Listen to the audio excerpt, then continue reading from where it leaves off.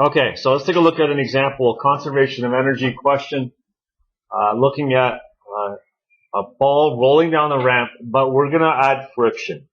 Okay, we're not going to ignore friction. Now, look, there are two ways you can do this question.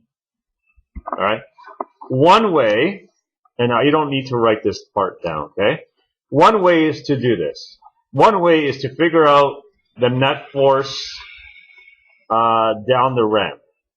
Okay, net force down the ramp, and that's easy because there's two forces, right? There's this force, which is due to gravity, and then there's friction, which is acting the other way, right?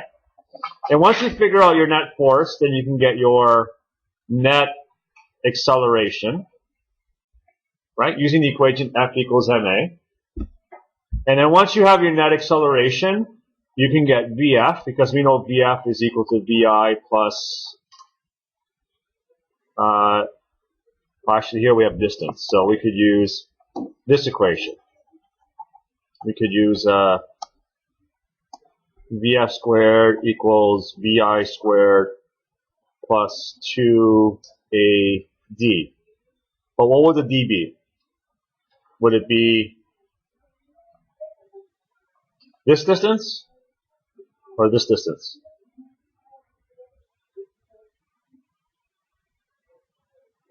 I should give you an angle. Let's say this is 30 degrees. Okay? And I have to give you dimensions for the ramp, which I did not give you. So let's say the ramp has a length of 10 meters. Okay? So one way to solve this question is to figure out the net force down the ramp, figure out the net acceleration, then use that to figure out the final speed. You've seen this equation before, right? But what would your D be? Would it be this distance down the ramp, which means 10 meters? Or would it be this, which is actually the height? What do you think it'll be? Well, what are we talking about? We're talking about net force, right? And the net force is acting which way? Down the ramp or across the ramp. So it's got to be that distance, 10 meters. And then once we figure out what that final speed is, then the final speed at this point would be equivalent to the initial speed in this point. Like if you looked at this thing as two parts, right? There's the part we'll call A, which is right here, okay? Which are these three things. But then there's this part which we'll call B, when the ball is actually just rolling along horizontally. And we could say that the final speed at this point is equivalent to the initial speed along that horizontal. So in other words, if the ball's coming off the ramp at 10 meters per second, then initially, if we're just looking at part B, its initial speed is 10 meters per second. And then what happens is as it rolls this way, the ball will slow down because the only force acting on the ball is now what? Is friction. So it's going to slow it down. So what we can do in part B is we can figure out the net acceleration due to friction. And then we can go ahead and figure out that nu Vf. What is that nu Vf? Okay? But let's do it a different way. Let's do it using just energy. Okay? So we're not gonna do it this. We're gonna do a little bit different. We're talking about energy, okay? So I'm gonna erase this. Can I erase it? So I'm gonna erase all this. We're gonna do it a different way. So again, there's more than one way to do this question. Okay? So let's do it looking at just energy. So the first thing we're gonna do is we're gonna figure out what's our initial energy. So when the ball is over here, what is the energy that it has? Now, if it's not moving, that means the only energy it has would be what? Okay, so we know that would be this. And for this part where the ball goes from here to here, okay, we know it's going down. So its initial speed, initial energy is with respect to this point, this horizontal here. Okay. How much energy does it have? So that would be what? No, I didn't give you the mass. So let me give you the mass. Let's say the ball has a mass of 1 kilogram. Just keep it simple, okay? 1 kilogram. So it's going to be what? 1 times 9.8 times the height. Now, if this ramp is 10 meters long and this angle is 30 degrees, this is the opposite side. So what would that be? That would be 5. Sine of 30 is 0.5. So that would be 5. So that would be 49. Now energy, right? What's the unit for energy? Joules. That's its initial energy. But here's the thing. It's going to lose energy, right? Now it's going to lose energy in 2 locations. It's going to lose energy in part A and in part B. So the energy lost, I'm going to call it E lost, is going to be due to what? What will it be due to? Right. And do you remember there is a term we use? It's actually the work due to friction. So it's the work due to friction in part A plus the work due to friction in part B. Now this is a review. So I don't know if you remember that work is also known as the change in what? Change in energy, okay? So the work is known as also as the change in energy. So let's figure out how much energy is lost. So what would be the work due to friction in the first part? Well, we know that it's friction. We know that it's a ramp. And we know the equation for friction is mu. Sorry. Not mu right there.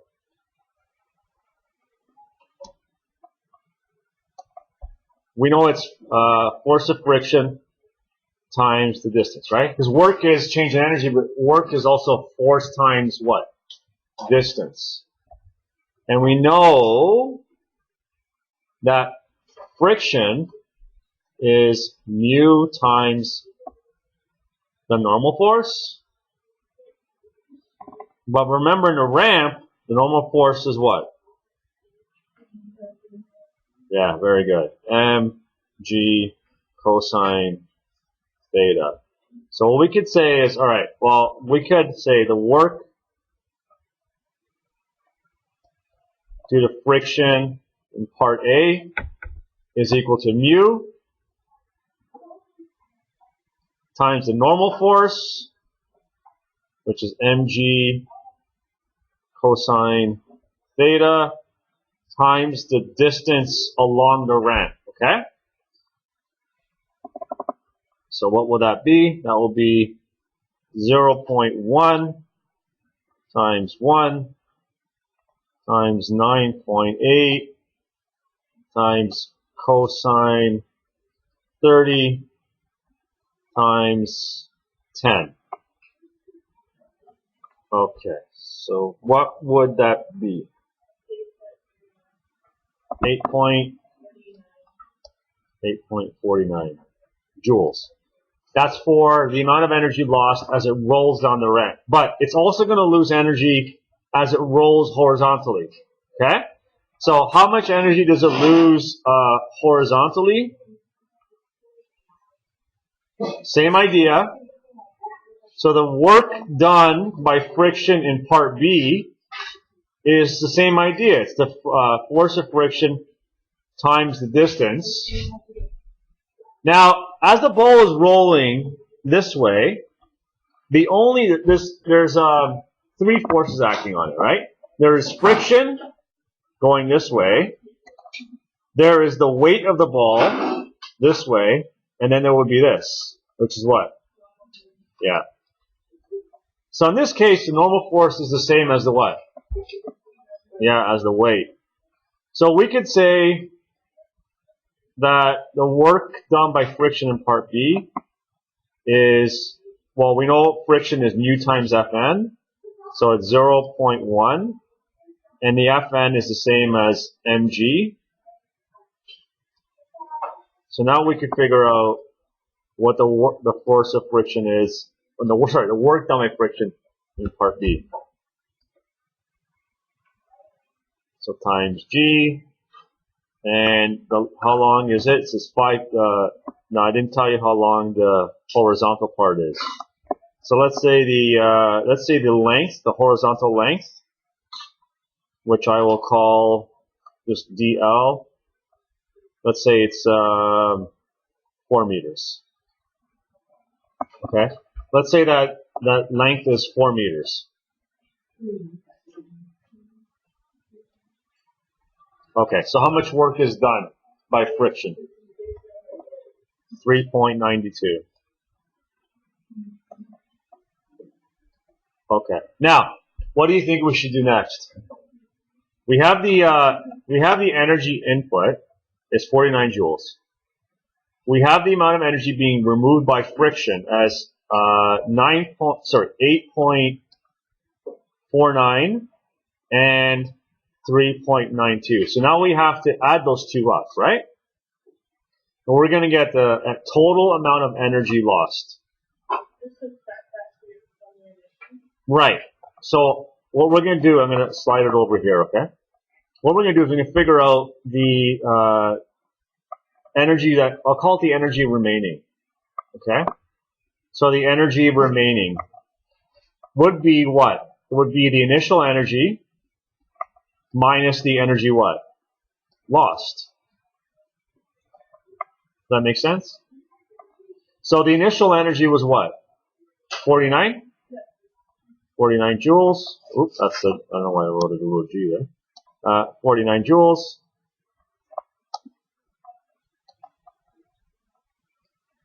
And then we lost 8.49 and 3.92. So what's the energy remaining?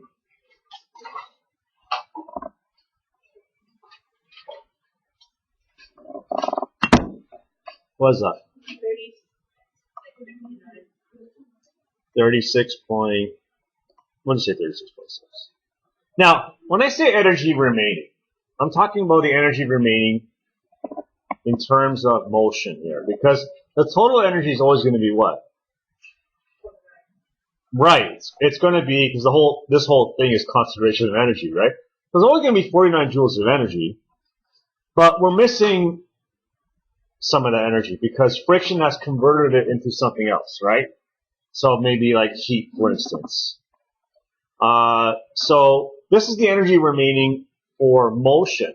This is the energy that will be converted into what kind of energy? Kinetic energy, right? So now what we can do is we can figure out what is the speed of this ball.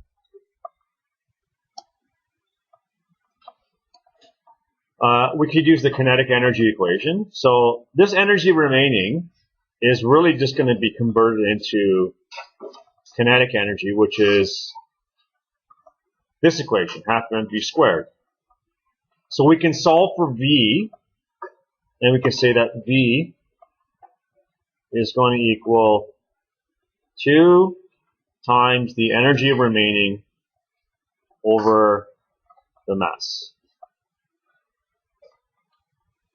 Okay, so what would that be? So that would be the square root of 2 times 36.6 over 1. So that would be the square root of 72.2, 8.55. Okay. Now, that's what? What is that? That's the speed the ball leaves the ledge at. But, this speed is only in what direction? Right. This speed is only the horizontal speed. There is no vertical component at this point.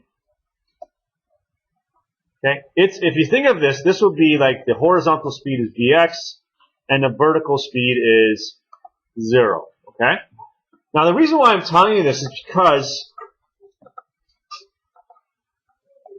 this object, we want the answer to the question is how far does the ball land from the ledge? In other words, it's going to roll, it's going to travel, and it's going to land somewhere over here. How far does it land? That's along the which axis?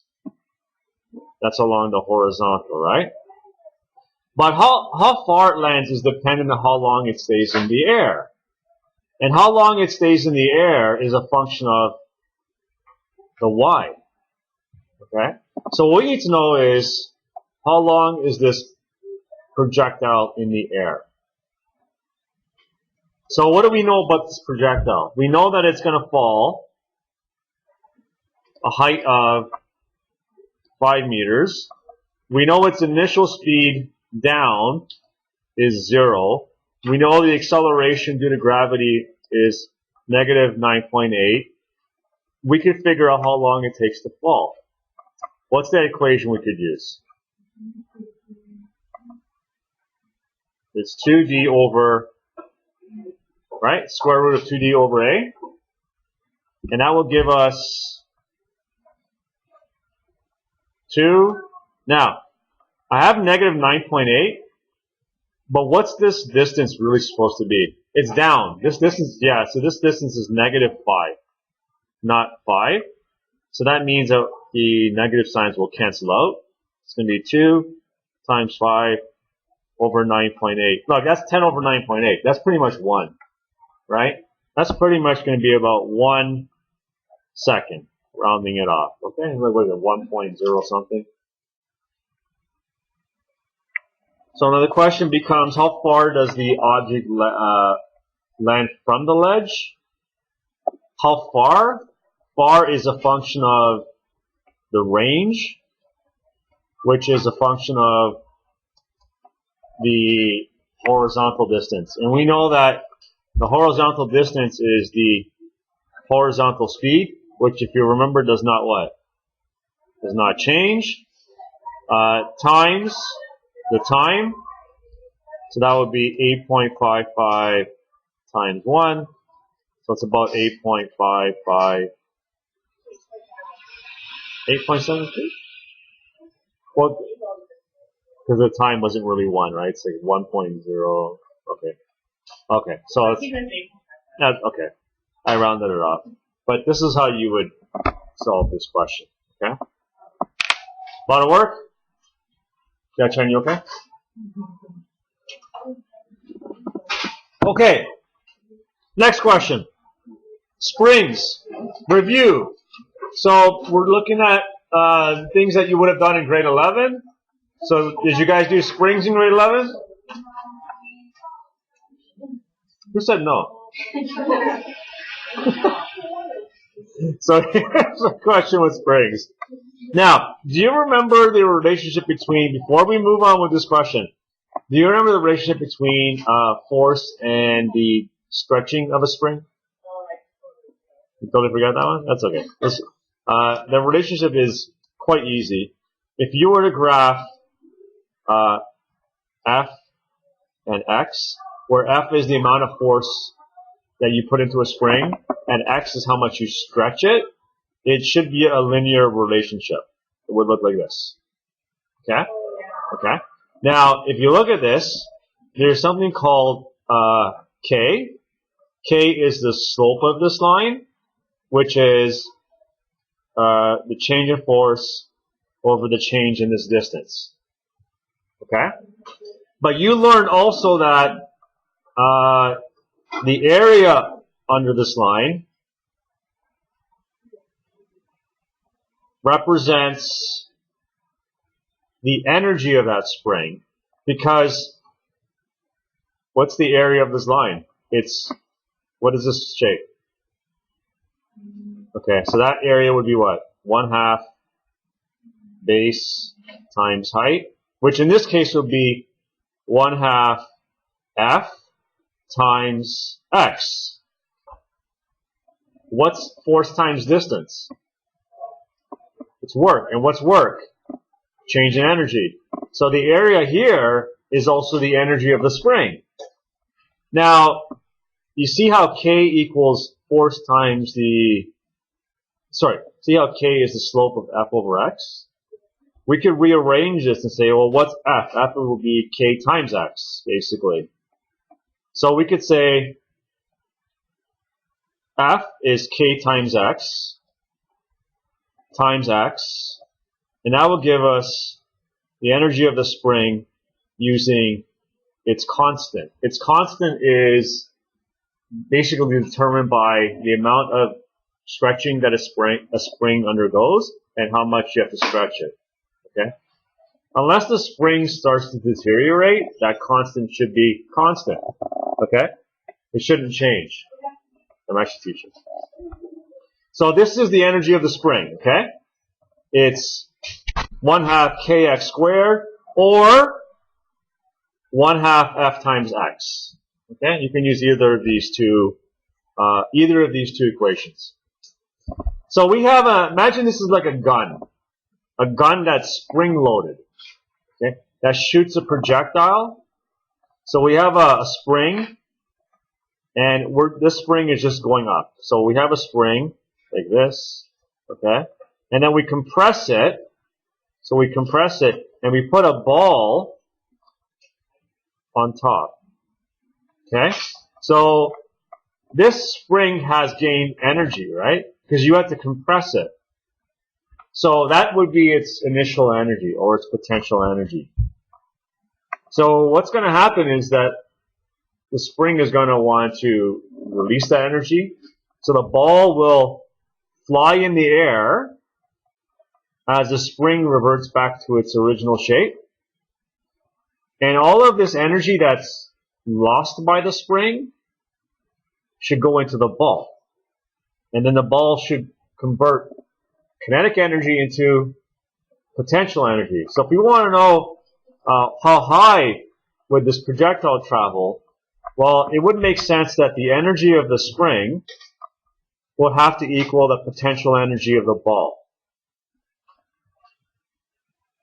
Because one's going to get converted into the other. Okay? This question will be a lot quicker than the other one. Right? So the energy of the spring we know is, we define it as 1/2 kx squared. So 1/2 kx squared is going to be the potential energy of the ball, which is the mass of the ball times g times h. Okay? So if we want h, that will be 1/2 kx squared over mg. So let's put in our values. So 1/2 times k is 1,000, times x. Now x is 20 centimeters, but look at our units for k. It's newtons per meter, so that means that x has to be in meters. So it's going to be 0.2 squared. Yeah, mass of I know, I keep forgetting to give you guys that. Eh? The mass of the ball is 50 grams, which I kind of hid there. So again, because we're talking about work, and work is force times distance, if you recall, the mass has to be in what unit for force? It has to be in kilograms. So this has to be in kilograms. So that would be 0.05 kilograms. Okay? So what would that be for the height of the ball?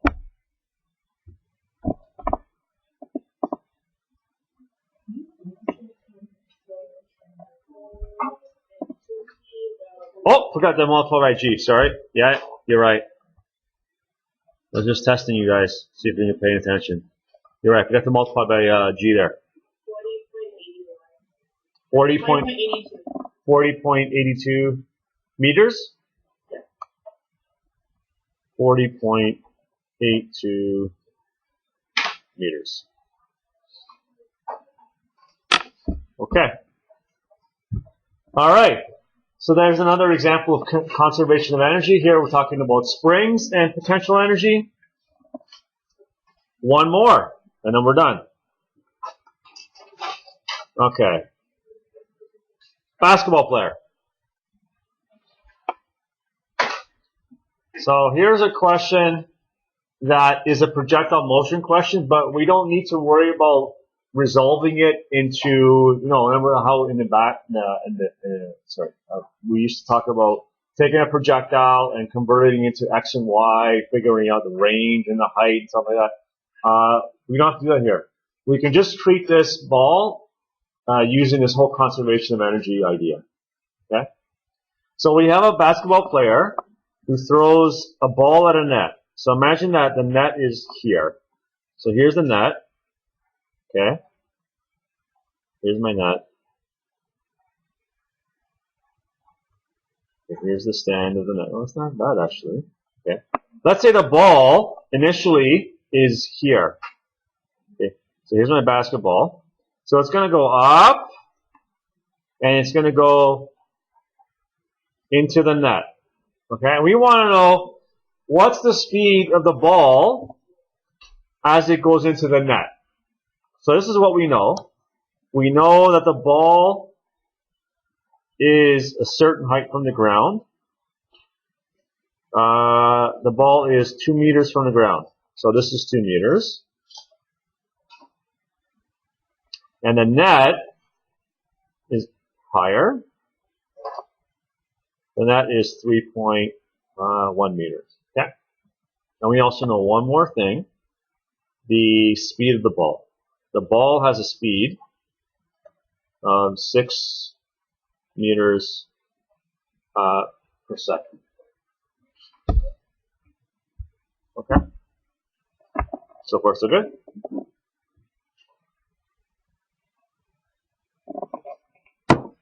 Okay. So,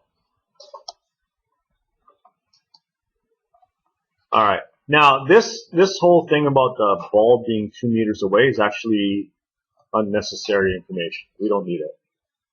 Because remember, when we're talking about energy and potential energy, that's along what axis? Yeah, it's along the vertical, right? Okay. So let's figure out, very simple, what is the initial energy of the ball? So initially the ball has speed and it has height, right? So its initial energy would be its kinetic energy and its potential energy, okay? So that would be what? Its kinetic energy is 1/2 mv squared, and its potential energy is mgh. We won't need it. Okay? We won't need it. You'll see why we won't need it. Let's just put in what numbers we have, okay? So we have 1/2 times m times 6 squared plus m times 9.8 times 2. So half of 6 squared is what? 18. So that's 18m. And this is 19.6m. Oops. Whoa. Do that again. Didn't you just once before? The thing just jumped. There we are. Okay.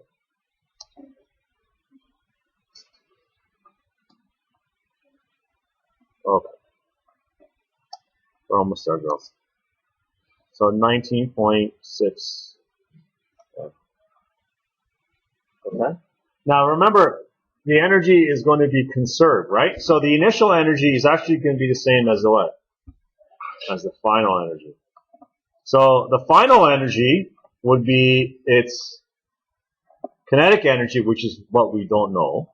So I'm going to define it as 1/2 mv squared, but also its potential energy, right? So its final energy would be 1/2 mv squared, and its potential energy would be m times 9.8 times 3.1. So that'd be, so what would that be? 30.38. We'll just say 30.4. Now, we're going to set these two equal to each other, okay? So we're going to say, well, this has to equal this. So we're going to say, okay, EI has to equal EF, okay? So the EI is 18M plus 19.6 M has to equal 1/2 M V squared plus 30.4 M. Okay, first thing you notice is we have what? You have M in everything, right? So what can we do with the M? Get rid of it, like my hair. Okay? So hasta la vista M. Okay, gone. Now, we're going to move this to the other side. So it's going to be 18 plus 19.6 over, sorry, not over, subtract. Okay. Minus 30.4, and we're going to get rid of this half. We're going to multiply everything by 2, and that's going to equal v squared.